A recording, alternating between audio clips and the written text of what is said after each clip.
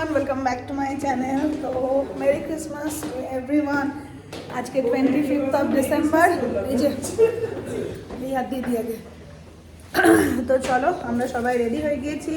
বাজছে 10টা বাজতে 10। আজকে আমাদের একটু লেট বেরোনো, মানে টাইম লেটই ছিল বেরোনোর।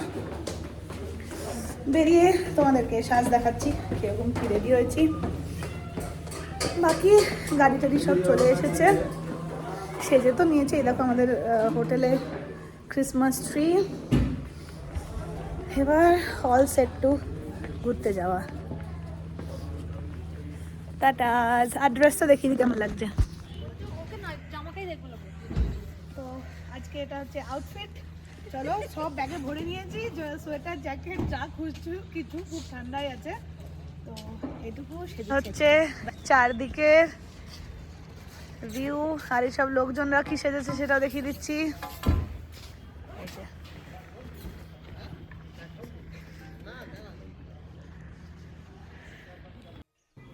চলে এসেছি আমরা মুসৌরির একটা বুদ্ধিস্ট টেম্পলে। তো এটা হচ্ছে মেন গেটটা, এখান দিয়ে এন্ট্রান্স। তো গাড়ি আমাদেরকে এখানেই ছেড়ে দিতে হয়েছিল, কারণ নিচটা ঢালু আর এরকম রাস্তা বানানো ছিল। তো সেই কারণে এই জায়গাটায় হেঁটেই যেতে হতো।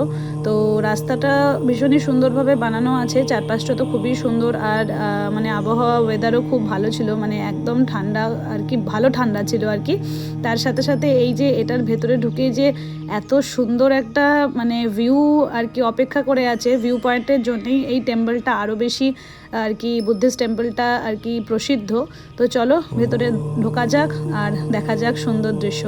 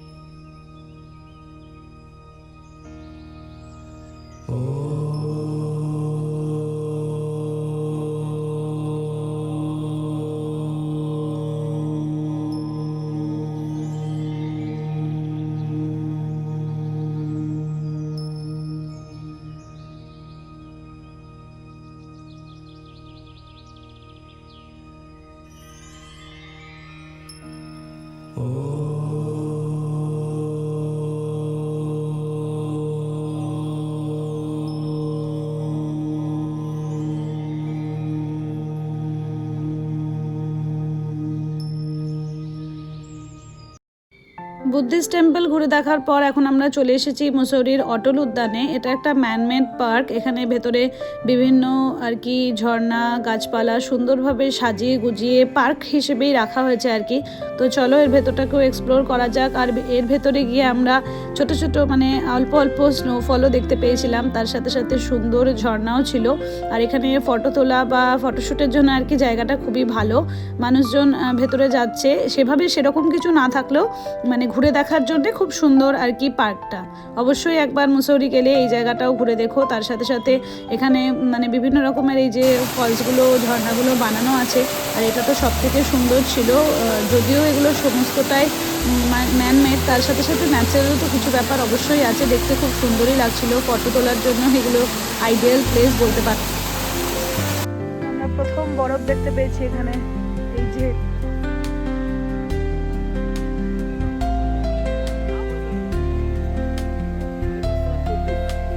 জায়গাটাতে হচ্ছে বরফ পড়ে আছে। সকালবেলায় আমরা সেভাবে কিছু ব্রেকফাস্ট করে আসিনি, শুধু রুমের মধ্যে চা কফি খেয়ে এসেছিলাম। সেই কারণে ব্রেকফাস্টটা করার দরকার ছিল আর কি। তো রুটি তরকারি আমরা নিয়েছিলাম, এমন কিছু খাবার খাইনি। আমাদের তো গাড়িতে একটু অসুবিধাই হয়, সেই কারণে একদমই অল্প খেয়েছিলাম। তার সাথে সাথে অনেকগুলো প্লেন উড়ে যাচ্ছিলো, তো একটা প্লেনকে আর কি ভিডিওতে নেওয়া পসিবল হয়েছিল। তো সেই কারণে সেটাও একবারে নিয়ে নিয়েছিলাম ভিডিওতে। তো খাওয়া দাওয়া কমপ্লিট করে আমরা এখন নামলাম হচ্ছে কেম্পটি ফলসের এখানে। নিচে নামতে হবে, এমনিতেই আমার শরীর খারাপ করছে, প্রচণ্ড বাঁক আর কি, টার্নগুলো আছে। তো সেই কারণে বমি বমি তো আমার চিরকালের সমস্যা। চলো আমি সামনেটায় যাই, তাহলে সবাইকে দেখতে পাবে। এই দেখো প্রচণ্ড ঠান্ডাও আছে আজকে, বাপরে বাপ। তো মানুষ হয়েছে, চলো যাওয়া যাক কেম্পটি ফলসের দিকে, তারপর হচ্ছে বাকি সব। টাটা।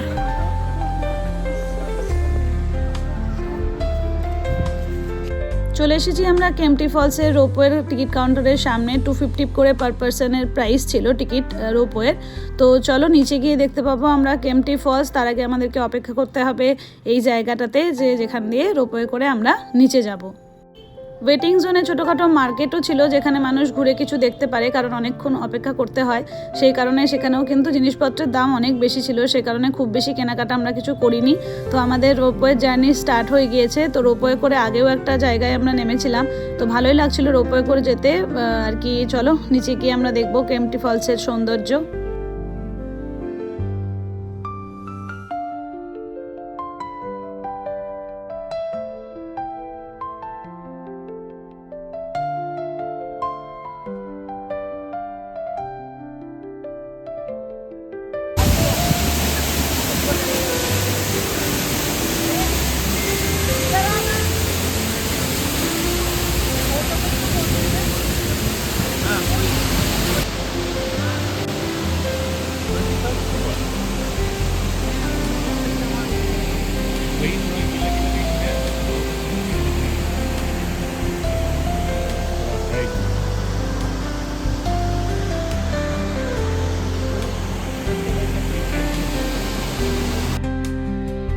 কেম্পটি ফলস দেখা কমপ্লিট। এবার আমরা রোপওয়ে করে আবার ওপরে উঠে যাচ্ছি। কিন্তু কেম্পটি ফলসের এখানে এসে একটাই জিনিস মনে হলো, আশেপাশে এত বাড়ি ঘর বা এরকম দোকানপাট না থাকলে এই জিনিসটা আরও বেশি ভালোভাবে দেখা যেত।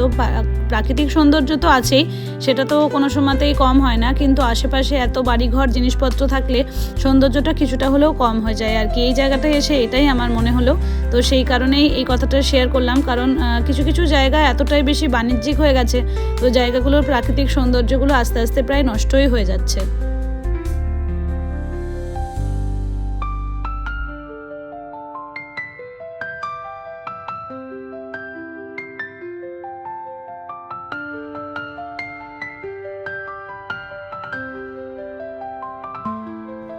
প্রায় আমরা উপরে চলেই এসেছি। এরপর আমরা যাব ল্যান্ডরে। তো এখান থেকে যতটা সুন্দর দেখতে পাওয়া যাচ্ছিল, তার থেকেও বেশি ওপরে উঠে যেটা প্রাকৃতিক সৌন্দর্য দেখতে পাওয়া গেছে, সেটা বেশি মনোমুগ্ধকর। সেটা দেখে বেশি মন ভালো হয়ে গিয়েছিল আর কি।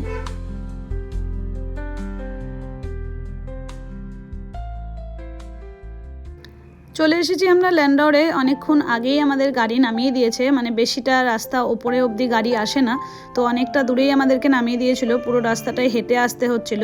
তো হেঁটে আসাটাও কিছু খারাপ হয়নি, এত সুন্দর গাছগাছালির মাঝখান দিয়ে হেঁটে যাওয়াটা, আর যেহেতু ঠান্ডা সেই কারণে কোনো অসুবিধাই হচ্ছিল না। খুব সুন্দর আর কি চারিদিকটা। এবার চলে এসেছি আমরা এখানে একটা বেকার শপে, যেখানে হচ্ছে কেক খুবই প্রসিদ্ধ। তো সেই জায়গাতে এসেছিলাম, কিন্তু প্রচণ্ড বেশি আর কি ভিড় আছে। ল্যান্ডর বেক হাউস এটা ভীষণই একটা ট্রেন্ডিং জায়গা, তো সেই কারণে ভিড়ও মানে প্রচণ্ডই বেশি ছিল।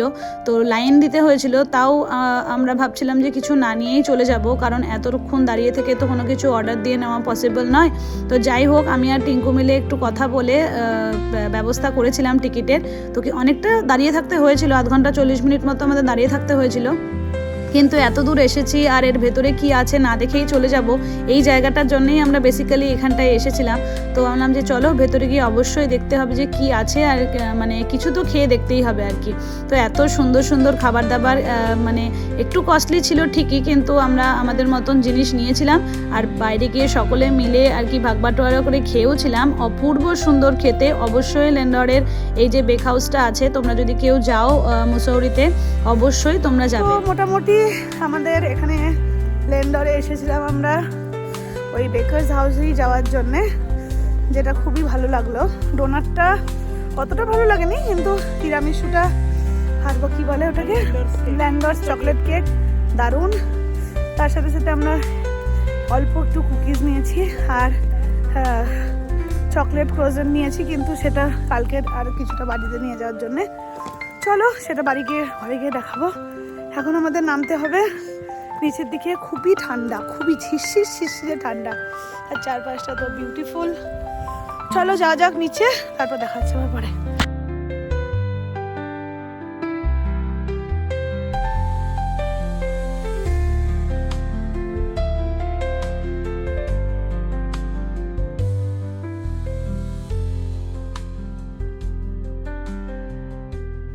এবার আমরা চলে এসেছি লাল টিব্বাতে। এখান থেকে সানসেট পয়েন্ট হিসেবে এই জায়গাটা প্রসিদ্ধ। এখান থেকে সানসেট দেখাটা আর কি খুব সুন্দর। বাইনোকুলার ক্যাফে এটা, এখান থেকে বাইনোকুলার দিয়ে দেখা যায় সানসেটটা, তো খালি চোখেও দেখা যায়, আমরা দেখেছি। তো চলো তোমাদেরকেও সেখানে নিয়ে যাই। কিন্তু জায়গাটা এতটাই বেশি ভিড় ছিল না, মানে কি আর বলবো, মানে ওপরে উঠতে গিয়েও প্রায় যুদ্ধ করে ওপরে ওঠা।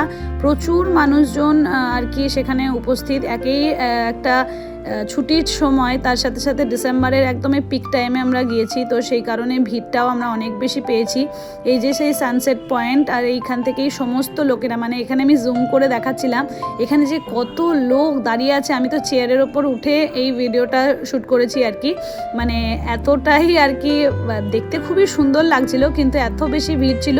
বাইনোকুলারে আর কেউ দেখেনি, খালি চোখেই সবাই প্রত্যেকেই দেখছিল। আর আশপাশটাও দেখতে এতটাই সুন্দর ছিল, মানে বিউটিফুল প্লেস। অবশ্যই আমি রেকমেন্ড করব সবাইকেই যে মুসৌরি গেলে এই জায়গাটাতেও অবশ্যই যাবে। আমরা কিন্তু অনেক রিসার্চ করি এই জায়গাতে গিয়েছিলাম।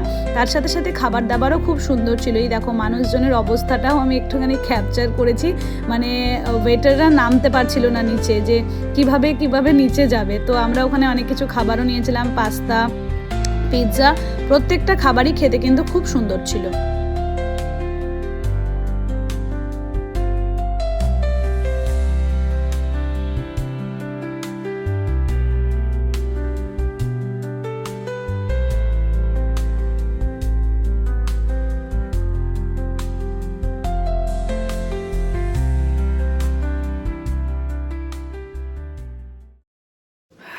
তো বাচ্চা এখন 8:15, আমরা একটু রেস্ট করলাম, সবাই একটু ব্যাগটা গোছালাম।